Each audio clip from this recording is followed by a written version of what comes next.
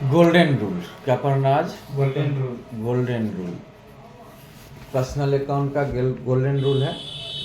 व्यापार में जो व्यक्ति वस्तु पाता है, व्यापार में जो व्यक्ति वस्तु पाता है उसे डेबिट कहा जाता है, ठीक है। और जो व्यक्ति वस्तु देता है उसे क्रेडिट कहा जाता है ना। बात समझे कि नहीं समझे?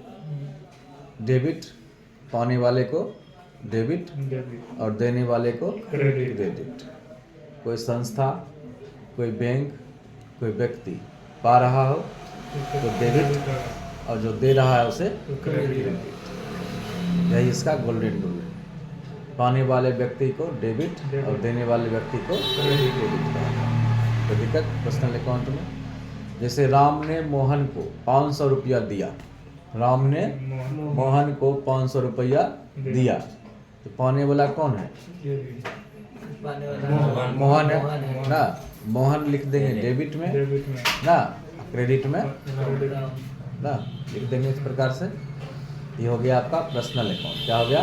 पर्सनल अकाउंट, ठीक है। उसके बाद है आपका रियल अकाउंट। क्या है? Real account. पर्सनल अकाउंट से ही मिलता जुलता है, लेकिन इसमें वस्तु का लेन देन है। इसमें क्या है? वस्तु का लेन देन। इसमें कहता है व्यापार में जो वस्तु पाता है, व्यापार में जो वस्तु पाता है वो डेबिट, और व्यापार में जिसके आपके यहाँ जो वस्तु जाता है वो क्रेडिट। व्यापार में जिसके यहाँ वस्तु आता है वो डेबिट, और जिसके यहाँ से वस्तु जाता है क्रेडिट। जैसे कि आप सामान परचेज किए, खरीदे, ठीक है। और आप सामान खरीदे तो उसमें सामान आपके पास आया ना, तो गुड्स क्या हो गया? सामान आपका हो गया डेबिट, और उसके बदले आपने अगर पेमेंट किया है, पैसा दिया है, तो वो हो गया आपका क्रेडिट। बात समझे? अगर वो उधार है, अगर वो क्या है?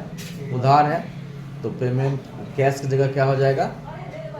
उसका नाम हो जाएगा जिसने आपको सामान दिया। पर्सनल अकाउंट व्यक्ति का नाम हो जाएगा, अगर उधार रहा तो उधार रहा तो। उसके बाद है नॉमिनल अकाउंट। उसके बाद क्या है? Nominal account. नॉमिनल अकाउंट कहता है सभी प्रकार के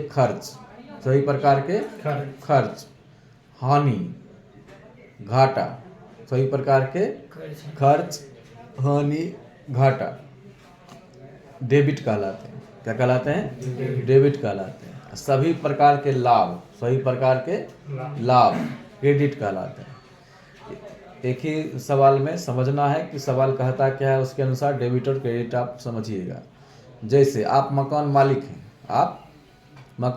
हैं, आप रूम रेंट पाए तो आपको लाभ हुआ। क्या हुआ? लाभ हुआ। इसमें सामान खरीद बिक्री का तो कोई बात नहीं है, तो आपको क्या हुआ? लाभ हुआ। तो यहाँ क्या हो जाएगा? क्रेडिट में रेंट। रेंट मतलब किराया। रेंट मतलब आप किराया पाए, तो किराया यहाँ क्या हो गया? लाभ हो गया। और नॉमिनल अकाउंट कहता है लाभ को क्रेडिट में लिखिए, लाभ को क्रेडिट में लिखिए ना। अब आप मकान मालिक से हो जाइए रेंटर। क्या हो जाइए? रेंटर। किराया पर आप रह रहे हैं ना। अब आप पेमेंट कर रहे हैं मकान मालिक को, आप पेमेंट कर रहे हैं मकान मालिक को रूम किराया, तो अब किराया हो गया डेबिट, क्योंकि आपके लिए ये किराया क्या है? खर्च है ना। मकान मालिक के लिए लाभ है और आपके लिए खर्च है। तो अब यहाँ पर रेंट क्या हो गया? वही रेंट डेबिट हो गया, क्योंकि नॉमिनल अकाउंट कहता है सभी प्रकार के खर्च ना, सभी प्रकार के हानि, घाटा क्या होगा?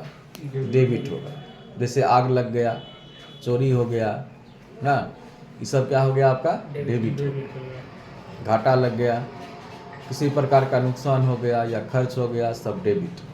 और किसी प्रकार का लाभ होगा वो सब क्रेडिट। पर्सनल अकाउंट में क्या समझे? जो पाने वाला व्यक्ति डेबिट, देने वाला व्यक्ति क्रेडिट। रियल अकाउंट में क्या समझेंगे? जो वस्तु पाएगा डेबिट ना, और हमारे यहाँ से जो वस्तु जाएगा वो क्रेडिट। जैसे कोई सामान खरीदे, सामान मेरे पास में आया, तो सामान वो जो सामान मेरे पास में आया वो हो गया डेबिट, और जो सामान मेरे यहाँ से गया वो हो गया क्रेडिट। कोई दिक्कत इसमें? Personal, real, nominal, golden rule. जितना भी अकाउंट बनेगा, कुछ भी सवाल पढ़कर समझेंगे कौन पा रहा है, कौन दे रहा है, मेरे पास कौन सा सामान आ रहा है, उसके बदले में कौन सा सामान जा रहा है। बात समझे कि नहीं? हमके पास पैसा आ रहा है तो क्यों आ रहा है, पैसा आ रहा है तो क्यों आ रहा है, लाभ हो रहा है ना, इसलिए आ रहा है, या किसी को सम्मान दिए इसलिए आ रहा है। दोनों में अंतर है। दोनों में क्या है? अंतर है। सामान दिए पैसा आया ना, या सामान खरीदे पैसा दिए, ये हो गया आपका रियल अकाउंट। क्या हो गया?